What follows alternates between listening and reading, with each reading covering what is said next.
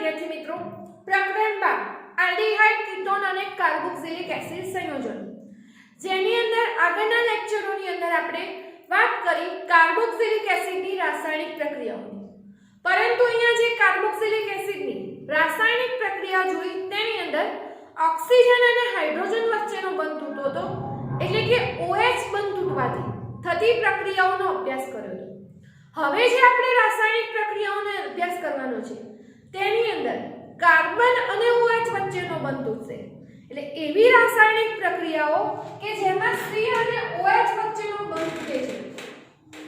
રાસાયણિક પ્રક્રિયાઓ કે જેમાં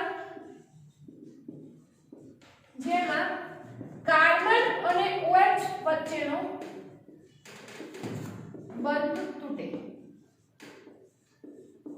ફરીથી યાદ કરી લઈએ, આગળની જે ધાતુ સાથેની કે ધાતુ બેઝ સાથેની પ્રક્રિયાઓ જોઈ એની અંદર O અને H વચ્ચેનો બંધ તૂટતો અને હાઇડ્રોજન પરમાણુના સ્થાને Na નો પરમાણુ કેવી રીતે જોડાતો હતો, અને આપણે કાર્બોક્સિલિક એસિડની જે પ્રબળતા હતી એસિડિકતાની એની આગળના લેક્ચરોમાં ચર્ચા કરેલી. હવે જે પ્રક્રિયાઓ જોવાની છે તેની અંદર કાર્બન અને OH વચ્ચેનો બંધ તૂટશે. એટલે કે આ પ્રક્રિયાઓ જે બીજા પ્રકારની રાસાયણિક પ્રક્રિયાઓ હતી તેનો આપણે આ લેક્ચરની અંદર અભ્યાસ કરીશું. તેની અંદર પહેલી રાસાયણિક પ્રક્રિયા છે એનહાઇડ્રાઇડનું બનવું. એનહાઇડ્રાઇડની બનાવટ પણ આપણે કરી શકીશું. એનહાઇડ્રાઇડની બનાવટ એટલે કે એક વસ્તુ આપણે કહી શકીએ કે કાર્બોક્સિલિક એસિડ સંયોજનોની મદદથી આપણે એનહાઇડ્રાઇડ સંયોજનો જે કહીએ તે આપણે અહીંયા બનાવી શકતા હતા. તો અહીંયા જોઈએ પ્રક્રિયાની અંદર એનહાઇડ્રાઇડની બનાવટની અંદર એસિટિક એસિડના બે અણુ આપણે લઈએ છીએ. એસિટિક એસિડના અણુની પ્રક્રિયા જે આપણે ખનિજ એસિડ કહીએ, સલ્ફ્યુરિક એસિડ હશે, પછી અથવા કહીએ કે ફોસ્ફરસ પેન્ટોક્સાઇડ P2O5 જેવા પ્રક્રિયકોની સાથે પ્રક્રિયા કરતા અને ગરમી આપતા, એટલે કે ખનિજ એસિડ સાથે અથવા P2O5 સાથે ગરમ કરવામાં આવશે ત્યારે એની અંદરથી આપણને એનહાઇડ્રેટ સંયોજનો પ્રાપ્ત થતા હતા. જોઈએ પ્રક્રિયાની અંદર કે આપણે એસિડિક એસિડ લીધેલું હોય, દાખલા તરીકે CH3COOH એસિડિક એસિડનો એક અણુ. આ જ રીતે બીજો એસિડિક એસિડનો પણ અણુ લેવાનો છે. બીજા એસિડિક એસિડના અણુને આપણે આ રીતે લખીશું CH3COOH. એસિડિક એસિડના બે અણુ લેવાના. પછી જે આપણે વાપરીશું પ્રક્રિયા H+ અથવા એટલે કે આપણે સલ્ફ્યુરિક એસિડ સાથે ગરમ કરીએ તો સલ્ફ્યુરિક એસિડમાંથી અહીંયા ભાગ પણ લેશે H+ નો આયન, અથવા ફોસ્ફરસ પેન્ટોક્સાઇડ P2O5 સાથે ગરમ કરવામાં આવશે ત્યારે, એટલે એસિડિક માધ્યમ સલ્ફ્યુરિક એસિડની હાજરીમાં ગરમ કરીએ અથવા ફોસ્ફરસ પેન્ટોક્સાઇડની હાજરીમાં ગરમ કરતા હતા ત્યારે. આ પ્રક્રિયાની અંદર ગરમ કરવાથી પાણીનો અણુ અહીંયાથી દૂર થશે અને આપણને એનહાઇડ્રાઇડ સંયોજન પ્રાપ્ત થતું. વાસ્તવમાં જોવા જઈએ તો જો પ્રક્રિયા સરળતાથી યાદ રાખીએ તો અહીંયાથી H અને અહીંયાથી OH, H અને OH H2O નો અણુ દૂર થશે અને એનહાઇડ્રાઇડ સંયોજન મળતું હતું. જો હવે H અને OH એનહાઇડ્રાઇડ સંયોજન આપણે જો અહીંયા બનાવવું હોય તો આપણે અહીંયા સૂત્ર લખી શકીએ CH3 C double bond O. અહીંયાથી એક ઓક્સિજન સંયોજનમાં જોડાયેલો રહેશે. આ ઓક્સિજન સાથે અહીંયાથી આ કાર્બન જોડાશે. આ ઓક્સિજન સાથે અહીંયા કાર્બન, પછી CH3 અને અહીંયા જે ડબલ બોન્ડ O સંયોજનમાં હતું એ ડબલ બોન્ડ O સંયોજનમાં એવું ને એવું રહેશે. એટલે આપણે યાદ કરીએ CH3 C double bond O અને જો થોડું પેરાસીડ લખીએ તો C double bond O, CH3 C double bond O, CH3 C double bond O વચ્ચે ઓક્સિજન, એટલે કે અહીંયાથી H અને OH પ્લસ આપણે કહીએ H2O નો અણુ અહીંયા દૂર થયો. એટલે આ H અને OH H2O નો અણુ ઓક્સિજન સાથે અહીંયા સંયોજન જોડાઈ ગયું. તો આ રીતે આપણે અહીંયા કાર્બોક્સિલિક એસિડમાં ગઈ એની મદદથી આપણે અહીંયા જે બનાવી શકીએ, આપણે આને કહી શકીએ ઇથેનોઇક એનહાઇડ્રેટ કહી શકતા હતા. ઇથેનોઇક એનહાઇડ્રેટ અથવા એનું બીજું નામ હતું એસિટિક એનહાઇડ્રેટ. તમે તમને સીધો પરીક્ષામાં પ્રશ્ન પૂછી શકાય એસિડિક એનહાઇડ્રેટની બનાવટ કોઈ કાર્બનિક પરિવર્તનમાં જો તમને એસિડિક એનહાઇડ્રેટની બનાવટ કીધેલી હોય તો આ રીતે આપણે અહીંયા પ્રક્રિયા કરવાની રહે છે અને ઇથેનોઇક એનહાઇડ્રેટ અને એસિડિક એનહાઇડ્રેટ બનાવી શકાય. બિલકુલ સરળ સમીકરણ. એસિડિક એસિડના બે અણુની પ્રક્રિયા કરવાની. અહીંયા પ્રક્રિયક આપણે યાદ રાખીશું H2SO4 એટલે એમાંથી H+ અથવા P2O5 સાથે ગરમ કરીશું. અહીંયાથી H અને OH પાણીનો અણુ દૂર થશે, બાકી બંને સંયોજનોને જોડી દઈએ એટલે કે આ કાર્બન આ ઓક્સિજન સાથે અહીંયાથી જોડાઈ જશે તો ઇથેનોઇક એનહાઇડ્રેટ બનતું હતું. તો સરળ એવું એનહાઇડ્રેટની બનાવટનું સમીકરણ દરેક જણે લખી દેવું.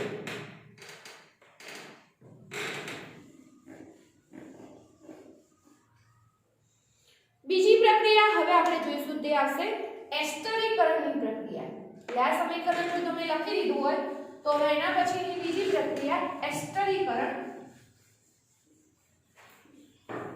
અગાઉ 11મા ધોરણની અંદર પણ આ પ્રક્રિયાનો તો આપણે અમુક જગ્યા અભ્યાસ કરેલો છે.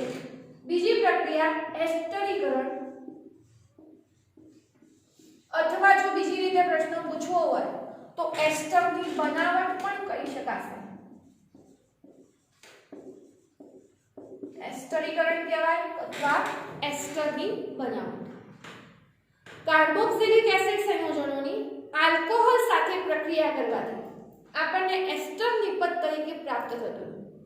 એટલે અહીંયા કાર્બોક્સિલિક એસિડ સંયોજનોની આલ્કોહોલ સંયોજનો સાથે અને અહીંયા પણ સલ્ફ્યુરિક એસિડની હાજરીમાં જે આપણે ખનિજ એસિડ સલ્ફ્યુરિક એસિડ સાંદ્ર કહીએ અથવા HCl વાયુ રૂપે લીધેલો હોય તો અહીંયા જે ખનિજ એસિડ હતા એની હાજરીમાં પ્રક્રિયા થતી હતી અને આપણને એસ્ટર અને પાણીનો અણુ અહીંયા મુક્ત થતો હતો.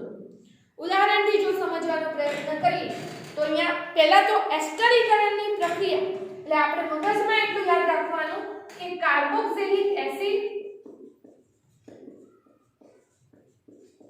પ્લસ કહીએ આલ્કોહોલ સંયોજનોની પ્રક્રિયા કરવાની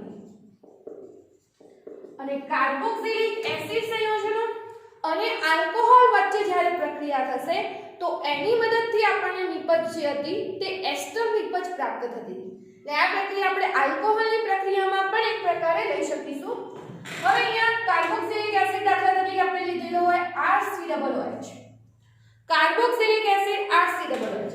આલ્કોહોલ કોઈ લઈએ છીએ એ આવશે R-OH. અહીંયા આલ્કાઇલ ગ્રુપને આપણે R અને R- વડે અલગ પાડેલું છે. એટલે કાર્બોક્સિલિક એસિડ સંયોજનોની પ્રક્રિયા જ્યારે આલ્કોહોલ સંયોજનો છે. ફરીથી કહી દઈએ અહીંયા પણ સલ્ફ્યુરિક એસિડ હાઇડ્રોજન ક્લોરાઇડ જેવા વાયુની હાજરીમાં એટલે કે એસિડિક જે પ્રક્રિયા કરીએ એની સાથે અહીંયા પ્રક્રિયા કરવામાં આવતી. હવે અહીંયા એસ્ટર નિપજ કેવી રીતે મળશે RCOO અને અહીંયાથી જોડાશે R'. RCOO R'. આ નિપજ જે આપણને પ્રાપ્ત થાય છે એ કહેવાશે એસ્ટર સંયોજન. અને અહીંયાથી જે કહીએ આપણે હવે અહીંયા ખાસ ધ્યાનમાં રાખવા જેવું આ પ્રક્રિયાઓ કેવી છે કાર્બન અને OH વચ્ચેનો બંધ તૂટે છે. કાર્બન અને OH વચ્ચેનો બંધ તૂટે છે તો RCO આ સંયોજનમાં અને અહીંયાથી આવશે OR'. એટલે આ રીતે OR' અને OH અને H નો અણુ જે કહીએ એ બનાવતો હશે H2. એટલે અહીંયા ધ્યાનમાં રાખવા જેવું પણ અહીંયા નિપજમાં કોઈ ખાસ ફરક પડશે નહીં. પણ અહીંયા ઓક્સિજન આ લઈએ કે આ લઈએ કોઈ ફેરફાર નથી આવતો પણ ધ્યાનમાં રાખવા જેવું કે અહીંયાથી બંધ અહીંયા કાર્બન અને OH વચ્ચેનો તૂટેલો. એટલે અહીંયા RCO આટલેથી અને અહીંયાથી OR' લેશું અને આ OH અને અહીંયાથી H બનાવશે H2 નો. ઉદાહરણ લઈશું એસ્ટરીકરણની પ્રક્રિયાનું. તો ઉદાહરણ આપણે દાખલા તરીકે એસિડિક એસિડ CH3COOH લઈએ છીએ. એસિડિક એસિડ એસિડિક એસિડની પ્રક્રિયા ઇથેનોલ સાથે કરેલી હોય CH3CH2OH. તો આપણે જાણીએ છીએ સૂત્ર એસિડિક એસિડનું CH3COOH. આલ્કોહોલમાં આપણે લઈએ છીએ ઇથેનોલ CH3CH2OH અને H+ ની હાજરીમાં ગરમ કરવામાં આવે તો H+ ની હાજરીમાં હવે આટલેથી CH3CO પહેલું આટલું લેવાનું CH3CO અહીંયાથી આવશે OCH2CH3 એટલે OCH2CH3 અહીંયાથી લખીએ એટલે આપણે ઊંધું લખીશું OCH2CH3 CH3CO ફરીથી જોઈ લેજો CH3CO અહીંયાથી OCH2CH3 અને અહીંયાથી OH અને અહીંયાથી H દૂર કરશે H2O નું અને અહીંયા એસ્ટર નિપજ પ્રાપ્ત થશે એસ્ટર નું નામકરણ જોઈએ તો COO પછીનો નામનો ભાગ જોઈએ તો CH2CH3 ઇથાઇલ ગ્રુપ અને અહીંયા કાર્બન બે કાર્બન પણ એસ્ટર માં પ્રત્યય લાગતો તો ઓઇલ એટલે આના માટે લખાશે ઇથાઇલ અને આના માટે લખાશે ઇથેનોઇડ એટલે ઇથાઇલ ઇથેનોઇડ જે એસ્ટર નિપજ કહીએ તે આપણને પ્રાપ્ત થાય છે હજી એક બીજું અન્ય ઉદાહરણ લેવું હોય તો આપણે દાખલા તરીકે કાર્બોનિક જે આપણે એરોમેટિક એસિડ કહીએ છીએ એરોમેટિક કાર્બોક્સિલિક એસિડ લઈએ દાખલા તરીકે આપણે લીધેલો છે બેન્ઝોઇક એસિડ C6H5COOH જેને આપણે કહેતા હતા બેન્ઝોઇક એસિડની પ્રક્રિયા મિથેનોલ સાથે કરેલી છે આલ્કોહોલમાં આપણે ઉદાહરણ લીધું આ વખતે મિથેનોલ તો અહીંયા બેન્ઝોઇક એસિડની પ્રક્રિયા મિથેનોલ સાથે જ્યારે કરવામાં આવશે ત્યારે એસિડિક માધ્યમની અંદર પ્રક્રિયા H+ ની હાજરીમાં એટલેથી C6H5CO યાદ રાખવાનું એટલેથી CO જ લઈએ છીએ અહીંયાથી જોડીશું OCH3 અને આ H અને આ રહ્યો OH એ બનાવશે H2 અને નામ કેવું હોય તો આ કહેવાશે મિથાઇલ અને આ આયન કહેવાશે બેન્ઝોઇડ બેન્ઝિનિક ઉપર COO- આયન બેન્ઝોઇડ આયન હતો એટલે અહીંયા આપણને જે નિપજ પ્રાપ્ત થાય છે તે આવશે મિથાઇલ બેન્ઝોઇડ એટલે આ રીતે આપણે એસ્ટર સંયોજનો પણ બનાવી શકીએ છીએ એક પ્રક્રિયા જોઈ આપણે એનહાઇડ્રેટની બનાવટ બીજી પ્રક્રિયા જોઈ એસ્ટરીકરણ આ પ્રક્રિયા પણ વ્યવસ્થિત ઉદાહરણ સહિત લખી દેવી પુસ્તકમાં તમને પ્રક્રિયાના ઉદાહરણ આપેલા નથી પરંતુ તમારે આના ઉદાહરણો લખવાના રહેશે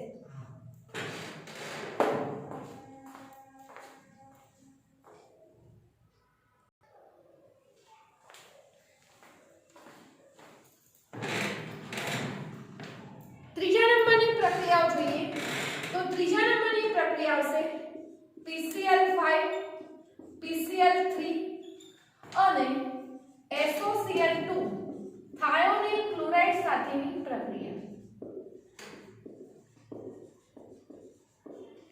PCl5 PCl5 phosphorus pentachloride phosphorus trichloride SOCl2 thionyl chloride તેના સાથેની પ્રક્રિયા પ્રશ્નને અન્ય રીતે જો બનાવવો હોય તો આપણે કહી શકીએ એસિડ ક્લોરાઇડની બનાવટ આ રૂપે પણ આ પ્રશ્નને પૂછી શકાય એટલે PCl5 PCl3 અને SOCl2 સાથેની પ્રક્રિયા કરીએ અથવા એને કહેવું હોય તો એસિડ ક્લોરાઇડની બનાવટ એના રૂપે પણ આપણને પ્રશ્ન પૂછાશે જોઈએ સામાન્ય સમીકરણ પછી મુદ્દો સમજીશું ઉદાહરણથી સામાન્ય સમીકરણમાં જોઈએ કે કાર્બોક્સિલિક એસિડ RCOOH ની પ્રક્રિયા PCl5 સાથે ફોસ્ફરસ પેન્ટાક્લોરાઇડ સાથે PCl5 સાથે કરવામાં આવશે ત્યારે હવે અહીંયા ધ્યાનમાં રાખવાનું સંતુલન સહિત તમને યાદ રહેશે જો વ્યવસ્થિત સમજીને યાદ રાખશો તો RCO અહીંયાથી OH નો આખો પરમાણુ નીકળી જશે અહીંયાથી એક ક્લોરીન જોડાશે એટલે બનાવશે RCOCl કેમ કે કાર્બન અને OH વચ્ચેનો બંધ તૂટશે કારણ કે આપણે જોઈએ RCOO OH આ રીતે હોય તો કાર્બન અને OH વચ્ચેનો આ બંધ તૂટે તો વધે શું RCO અને હવે CO ની જગ્યાએ અહીંયાથી જોડાશે એક ક્લોરીન એટલે RCOCl હવે બાકીની વસ્તુ વધી એની અંદર અહીંયાથી ફોસ્ફરસ અહીંયાથી ઓક્સિજન અને અહીંયાથી 3 ક્લોરીન જોડાઈને બનાવશે POCl3 ફરીથી RCO એ તો એમના અહીંયાથી એક ક્લોરીન આવી જશે એટલે RCOCl ફોસ્ફરસ ઓક્સિજન અને 3 ક્લોરીન એ જોડાશે POCl હવે વધ્યા કેટલા ક્લોરીન 1 અને 3 એટલે 4 થઈ ગયા એક ક્લોરીન બાકી હતું અને અહીંયા એક H બાકી હતું તો H અને Cl જોડાઈને બનાવશે HCl એટલે આ થયું એક પહેલું સમીકરણ PCl5 સાથેની પ્રક્રિયા ઉદાહરણ જોઈએ દાખલા તરીકે આપણે એસિડિક એસિડ લીધેલું હોય CH3COOH એસિડિક એસિડ. એસિડિક એસિડની પ્રક્રિયા જ્યારે PCl5 ફોસ્ફરસ પેન્ટાક્લોરાઇડ સાથે કરવામાં આવશે. તો એસિડિક એસિડની પ્રક્રિયા PCl5 સાથે કરી તો ફરીથી આટલેથી OH નો પરમાણુ દૂર થશે. OH ના પરમાણુની જગ્યાએ એટલે કાર્બન અને OH વચ્ચેનો બંધ તૂટશે. CH3CO અહીંયાથી જોડાશે એક ક્લોરીન એટલે એક ક્લોરીન એટલે હશે CH3CO. હવે ફરીથી યાદ રાખજો ફોસ્ફરસ આ એક ઓક્સિજન અને 3 ક્લોરીન એ બનાવશે ફોસ્ફરસ ઓક્સીક્લોરાઇડ POCl. હવે 3 ને 4 ક્લોરીન વપરાઈ ગયા, એક ક્લોરીન બાકી વધ્યો, અહીંયાથી એક હાઇડ્રોજન પરમાણુ કારણ કે ઓક્સિજન તો અહીંયા જોડાઈ ગયો એટલે H અને Cl જોડાઈને બનાવશે HCl. પરંતુ આ પ્રક્રિયાથી આપણને જે નિપજ મળે છે એસિડ ક્લોરાઇડ કહી શકાય, ઇથેનોલ ક્લોરાઇડ કહી શકાય. ઇથેનોલ ક્લોરાઇડ એની બનાવટ ઊંચી હોય, પરિવર્તનમાં હોય તો કામમાં આવે. બીજું એને એસિટાઇલ ક્લોરાઇડ તરીકે પણ આપણે સંયોજનને ઓળખતા હતા. તો એસિટાઇલ ક્લોરાઇડ એના રૂપે પણ આપણને જો પ્રશ્ન પૂછેલો હોય તો એસિટાઇલ ક્લોરાઇડની બનાવટમાં પણ આ પ્રક્રિયા અંદર વપરાશે. એટલે PCl5 સાથેની પ્રક્રિયા મહત્વની પ્રક્રિયા સામાન્ય સમીકરણ અને ઉદાહરણ બંને વસ્તુ ખાસ તમારે નોંધવી. એક પ્રક્રિયા આપણે જોઈ PCl5 સાથેની પ્રક્રિયા ખાસ લખી દેજો. તેના પછીની આ જ રીતની બીજી પ્રક્રિયા જેમાં પણ નિપજ આપણને આ રીતની જ ટાઈપની મળતી હશે તેના વિશેની વાત કરીએ. તો હવે દાખલા તરીકે આપણે કાર્બોક્સિલિક એસિડ સંયોજન લીધું હોય RCOOH, પ્રક્રિયા કરીશું PCl3 ફોસ્ફરસ ટ્રાઇક્લોરાઇડ સાથે. હવે સેમ આગળના જેમ જ એટલેથી OH તો દૂર થઈ જશે, અહીંયાથી RCOCl જોડાશે. હવે અહીંયા ધ્યાનમાં રાખજો RCO આટલું, અહીંયાથી ક્લોરીન જોડાયો Cl એટલે OH નો પરમાણુ અહીંયા દૂર થયો. હવે અહીંયા જોઈએ તો ક્લોરીનની સંખ્યા આ બાજુ 3 હતી. 3 સંખ્યા કરવા માટે અહીંયા 3 વડે ગુણો. સંતુલન સહિત યાદ રાખવું તો આ રીતે તમે યાદ રાખી શકશો. તો અહીંયા ક્લોરીનની સંખ્યા 3 હતી તો અહીંયા 3 કર્યા, 3 અહીંયા કર્યા તો આલ્કાઇલ સમૂહ તમારે 3 થઈ ગયા. અને એવું કરવા જતા 3 હાઇડ્રોજન 3 ઓક્સિજન થશે. 3 હાઇડ્રોજન ને 3 ઓક્સિજન હતા તો અહીંયા આપણે વચ્ચે ફોસ્ફરસનો પરમાણુ બાકી રહેતો હતો H3PO3 ફોસ્ફરસ એસિડ. અહીંયાથી 3H P અને 3O H3PO3 ફોસ્ફરસ એસિડ જે કહીએ તે આપણને અહીંયા નિપજ રૂપે પ્રાપ્ત થાય છે. ઉદાહરણ જોઈએ તો એસિડિક એસિડ લીધું હોય CH3COOH. CH3COOH એસિડિક એસિડ જે હતું તેની પ્રક્રિયા PCl3 જોડે જો કરી હોય, એસિડિક એસિડની પ્રક્રિયા PCl3 સાથે કરી હોય તો અહીંયાથી આટલો OH નો પરમાણુ તો નીકળી જશે. વધ્યું CH3CO, અહીંયાથી જોડાશે ક્લોરીન. પણ આપણે ધ્યાનમાં રાખીશું ક્લોરીનની સંખ્યા અહીંયા 3 હતી. એ 3 કરવા માટે અહીંયા 3 કર્યા, 3 અહીંયા કર્યા તો આલ્કાઇલ સમૂહ CO સમૂહ પણ 3 થઈ ગયા. તો હવે 3 હાઇડ્રોજન 3 ઓક્સિજન અને અહીંયા વચ્ચેથી ફોસ્ફરસ તો એ બનાવે છે H3PO3 ફોસ્ફરસ એસિડ જે આપણને મળતું હતું H3PO3 અહીંયા નિપજ રૂપે પ્રાપ્ત થશે. એટલે આ થઈ એના પછીની PCl3 સાથેની પ્રક્રિયા. અને એના પછીની પ્રક્રિયા એટલે અહીંયા પણ જે મળે છે નિપજ ethanol chloride CH3COCl acetyl chloride પણ અહીંયા કરી શકાશે. અને પ્રશ્ન આખો બીજી રીતે તમને પૂછવો હોય તો એસિડ ક્લોરાઇડની બનાવટના સમીકરણ આપો એ રીતનો પણ તમને બનાવીને પ્રશ્ન પૂછી શકાશે. અને છેલ્લી પ્રક્રિયા SOCl2 થાયોનિલ ક્લોરાઇડ સાથેની પ્રક્રિયા. તો કાર્બોક્સિલિક એસિડ લઈએ RCOOH, થાયોનિલ ક્લોરાઇડ SOCl2. યાદ રાખજો SOCl2 કોનું સૂત્ર હતું? થાયોનિલ ક્લોરાઇડ. તો SOCl2 થાયોનિલ ક્લોરાઇડ સાથેની પ્રક્રિયા. તો અહીંયા હવે જોઈશું ફરીથી એ જ રીત, અહીંયા O અને H નો બંધ તૂટી જશે, RCOCl એસિટાઇલ ક્લોરાઇડ તો બની જશે, મતલબ કે એસિડ ક્લોરાઇડ. જ્યારે CH3COCl હોય તો એસિટાઇલ ક્લોરાઇડ કહેવાશે. RCOCl ઓક્સિજન SO જોડે જોડાશે અને એક Cl બાકી વધેલો કે એક જ Cl જોડાય તો એ H ના પરમાણુ જોડે જોડાય અને બનાવશે HCl હાઇડ્રોક્લોરિક એસિડ. એટલે આ રીતે આપણને અહીંયા પણ એસિડ ક્લોરાઇડ નિપજ તરીકે પ્રાપ્ત થાય છે. ઉદાહરણ જોઈએ તો એસિટિક એસિડ આવશે CH3COOH SOCl2 સાથેની પ્રક્રિયા તો આટલી OH નો પરમાણુ નીકળી જાય, એક ક્લોરીન જોડાશે CH3COCl CH3CO અહીંયાથી Cl ઓક્સિજન SO જોડે SO2 એક હાઇડ્રોજન અને એક ક્લોરીન HCl બનાવશે. અહીંયા પણ જે નિપજ પ્રાપ્ત થઈ એસિટાઇલ ક્લોરાઇડ જેને આપણે કહેતા હતા એસિટાઇલ ક્લોરાઇડ કહીએ તો ઇથેનોલ ક્લોરાઇડ તરીકે પણ ઓળખતા હતા.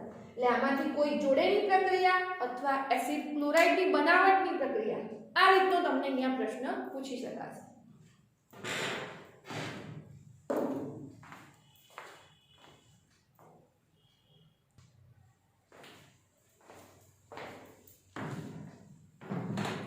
ચોથા નંબરની રાસાયણિક પ્રક્રિયા જોઈશું આની અંદર તે આવશે એમોનિયા સાથેની પ્રક્રિયા.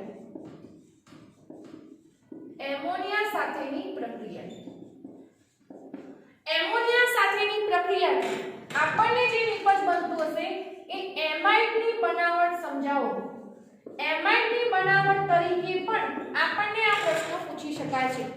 એટલે એમોનિયા સાથેની પ્રક્રિયા અથવા કહીએ એમાઇડની બનાવટની પ્રક્રિયા. હવે અહીંયા જોઈએ ઉદાહરણ એસિટિક એસિડની CH3COOH.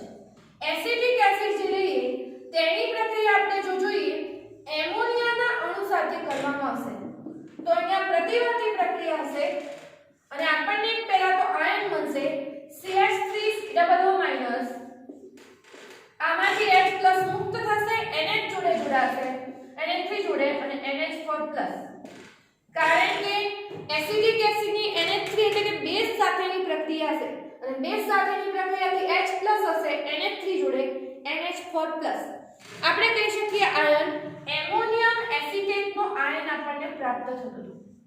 એટલે અહીંયા આપણને મળે છે એમોનિયમ એસિટેટ અને તેને જો ગરમ કરવામાં આવશે ત્યારની વાત કરીએ અહીંયાથી એક ઓક્સિજન અહીંયાથી બે હાઇડ્રોજન અને જે H2 નો અણુ દૂર થશે એટલે કે એક ઓક્સિજન અને H2 નો અણુ H2O. હવે જો તો બાકી શું વધશે CH3CO NH2 એટલે CH3CO અને NH2 નો અણુ આ રીતે મળતો હતો. આ કહી શકીએ આપણે એસિટેમાઇડ આપણને નિપજ પ્રાપ્ત થતી. ઇથેનેમાઇડ બી કહી શકાય, સામાન્ય નામ એનું એસિટેમાઇડ. એસિટેમાઇડ ઇથેનેમાઇડ નિપજ તરીકે પ્રાપ્ત થશે. એટલે અહીંયા એમાઇડ સંયોજનની બનાવટ કહીએ એમાઇડ એસિટેમાઇડ સંયોજનની બનાવટ આપ સમજાવો, સમીકરણ આપો. આ રીતે કોઈ પણ પ્રશ્ન પૂછાય તો આપણે ખાસ અહીંયા ધ્યાનમાં રાખવા જેવું સમીકરણ એરોમેટિક કાર્બોક્સિલિક એસિડ લીધું. દાખલા તરીકે આપણે બેન્ઝોઇક એસિડ લીધેલું છે.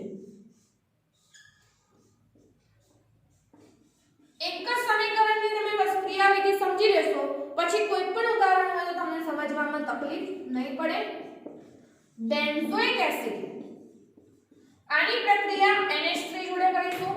ફરીથી આગળના જેમ જ અહીંયાથી H+ NH3 જોડે આવશે અને બેન્ઝીન રિંગ ઉપર આપણે કહી શકીએ આપણને આ રીતે પ્રાપ્ત થશે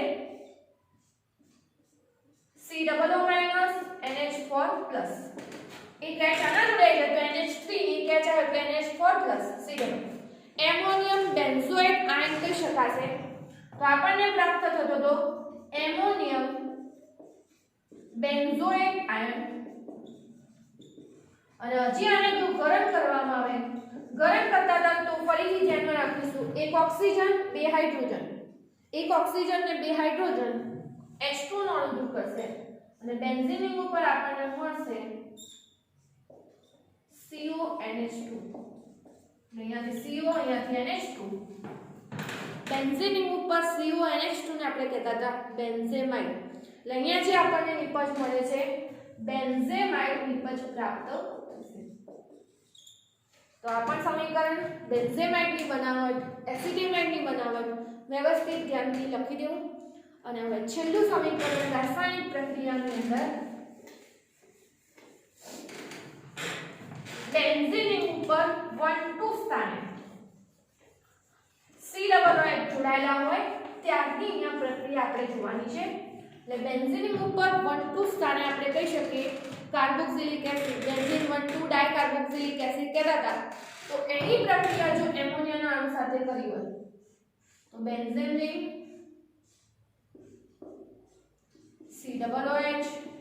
COOH benzene 1 2 dicarboxylic acid plus પ્રક્રિયા આ વખતે કરીશું એમોનિયાના બે અણુ સાથે, કારણ કે આપણા જોડે બે COOH સમૂહ છે. બે COOH સમૂહ હોવાના કારણે અહીંયા એમોનિયાના બે અણુ સાથે પ્રક્રિયા થશે. તો આપણને આ રીતે અહીંયા નિપજ મળશે. સેમ રીત આગળની પ્રક્રિયા કરી એ જ રીતે COO NH4+ COO NH4+. એટલે આ રીતે આપણને COO- H આના જોડે આવે એટલે NH4+, COO- H એક એમોનિયાના જોડે NH4. એમોનિયમ થેલેટ આયન કહેવાશે. આ થેલિક એસિડ કહેવાતું હતું એમોનિયમ થેલેટ. થેલિક એસિડમાંથી આપણને મળ્યું એમોનિયમ થેલેટ. અને હવે જે આ સંયોજન મળ્યું એની અંદર હજી જો આને ગરમ કરવામાં આવશે, ગરમ કરવામાં આવશે તો પાણીના કેટલા અણુ મુક્ત થશે? બે અણુ. એટલે અહીંયાથી H2 અને અહીંયાથી O, એક H2O, અહીંયાથી H2 અને અહીંયાથી O, બીજો H2. અને વધ્યું આપણા જોડે બેન્ઝીન ઉપર આ રીતે આગળના સમીકરણના જેમ જ યાદ રાખવાનું CONH2 CONH2. એટલે આ રીતે આપણને થેલેમાઇડ નિપજ તરીકે મળશે. થેલેમાઇડ. અને હજી આને જો ગરમ કરવામાં આવશે એટલે CONH2 બે H2O દૂર થયા. હજી જો વધુ ગરમ કરવામાં આવે, વધુ ગરમ કરતા એમોનિયાનો એક અણુ દૂર થતો હતો. હવે અહીંયા આ NH2 પણ લઈ શકીએ, અહીંયાથી એક NH2 પણ લઈ શકીએ, પરંતુ વચ્ચે જોડાશે ખાલી NH નો પરમાણુ. એટલે આપણને વધુ ગરમ કરશું તો જે નિપજ મળતી હતી આ રીતની મળશે. ધ્યાનમાં રાખીશું ખાસ C double bond O, C double bond O, અહીંયા આવશે NH. કઈ રીતે? NH2 અને એક H એમોનિયાનો અણુ દૂર થયો, NH2 ને એક H દૂર થયો એટલે વધ્યું શું? NH. એટલે આ રીતે C double bond O CO આવ્યો, C ડબલ બોન્ડ O અને N અને H જોડાશે NH. આપણે કહેશું થેલિમાઇડ નો અણુ. આ થેલેમાઇડ અને આ થેલિમાઇડ. ખાસ પૂછે તો ધ્યાનમાં રાખવાનું આ થેલેમાઇડ એટલે અને આ થેલિમાઇડ એટલે. અને આ કહેવાશે થેલિક એસિડ મિશ્ર.